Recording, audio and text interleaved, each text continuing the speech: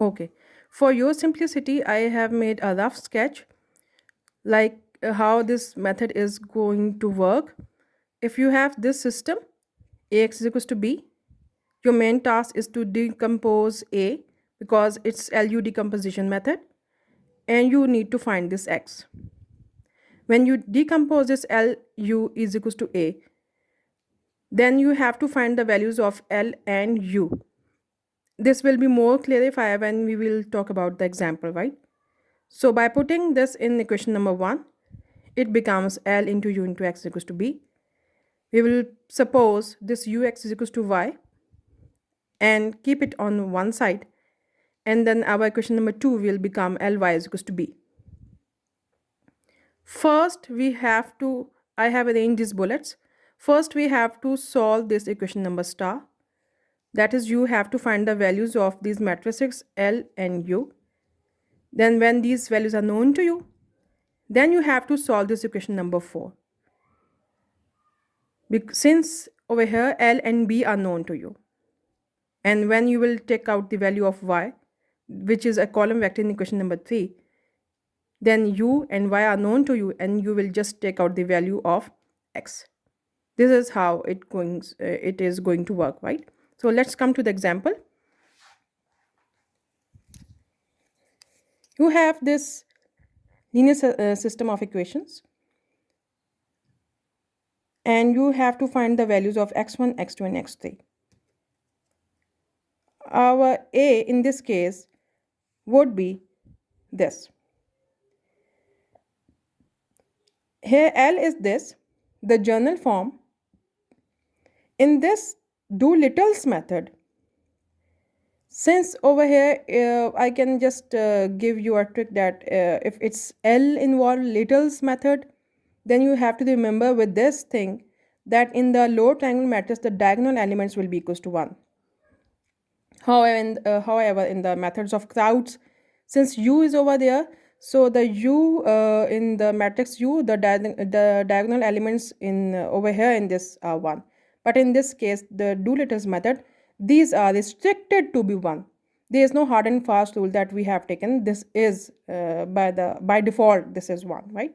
So what you are going to do, this is L21, L31, L32, and you will just name these values as in this form: U11, U12, U13, U22, U23. And in the upper triangle matrix, the entries below the diagonal elements are equals to 0. And in the lower triangle matrix, the entries above this diagonal elements are equals to 0. So this is what you have to find. So here you can see that this is x that we want to find, and this is the column vector that is known to us. So first you have to decompose this matrix A into L into U. So write the product L into U, that is equals to A, and this is a known value. Simply multiply these values, and you have sometimes you have equations, and sometimes you have just values equals to these numbers, right? Sometimes you will get direct values, and sometimes these values are mingle up, and you can easily take out the values by putting in these values, right?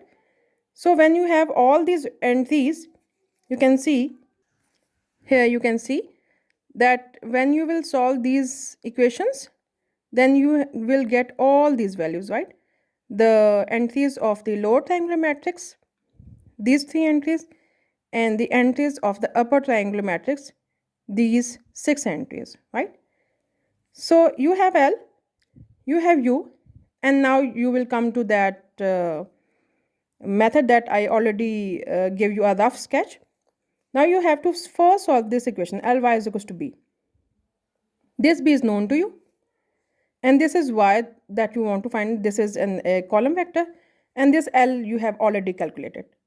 Now by multiplying these and equating to this column vector, of course you will be having 3 equations, and by solving you will get the values of y.